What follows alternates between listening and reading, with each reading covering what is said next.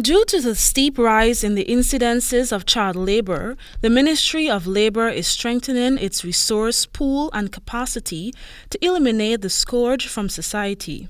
As part of this plan, in collaboration with other relevant stakeholder organizations, the ministry will be removing children found in those circumstances and offer alternative skill training opportunities. At the launching of Child Labour Month on Friday, Minister of Human Services and Social Security Vending highlighted that the COVID-19 pandemic has created instability in families because it has had a negative impact on their economics and ability to provide. And when we see that it has come to a point where children are being pushed into the workforce, children are being continuously exploited, and it leads to abuse, then I think it is incumbent on each person, irrespective of their position, to speak out, to recognize, and yes, to act. She further stated that high child labor prevalence has resulted in an increase in child abuse, since in some cases the child or children are forced to accumulate a certain financial target at the end of the day. However, she warned that if parents do not desist from sending their children in the streets, they will face sanctions imposed by the law. Do not send your child out there to be in the workforce. Do not put your child on the streets.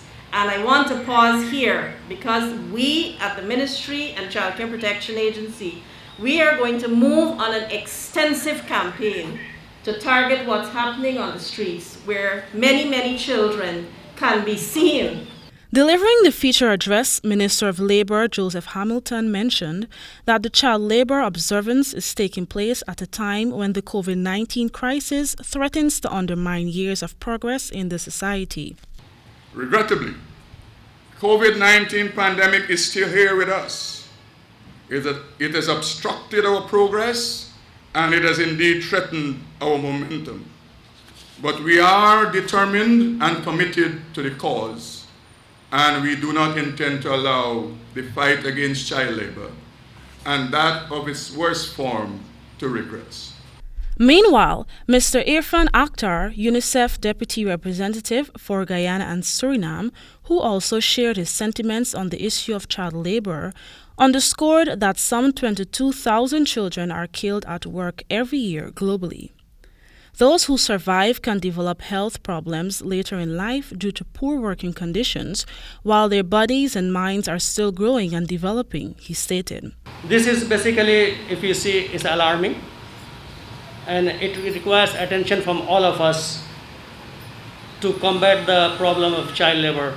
During the partial lockdown last year due to the pandemic, Nightly News had highlighted the growing incidence of children seen selling on city streets. Director of the Child Care and Protection Agency, Anne Green, had committed to this newscast that the agency was on the road to enforcing stringent measures to stop the exploitation of the youths. On October 15, 2020, Anne Green had informed that the agency had removed 10 school-aged children from the city streets. According to Green, evaluations were also conducted which proved that most children came from unstable homes. However, parents who deliberately send their children on the streets were also held accountable, according to her. Parents are allowing the children to beg at street corners, or they breaking some little bricks to fill some holes. Well, we want to send that message out. The parents can be held accountable. On Saturday, June 12th, Guyana joined the rest of the world in observing World Day Against Child Labor under the theme Act Now, End Child Labor. According to Mr. Hamilton, activities will extend throughout the month of this year's observance. Reporting for HDP Nightly News, Naomi Williams.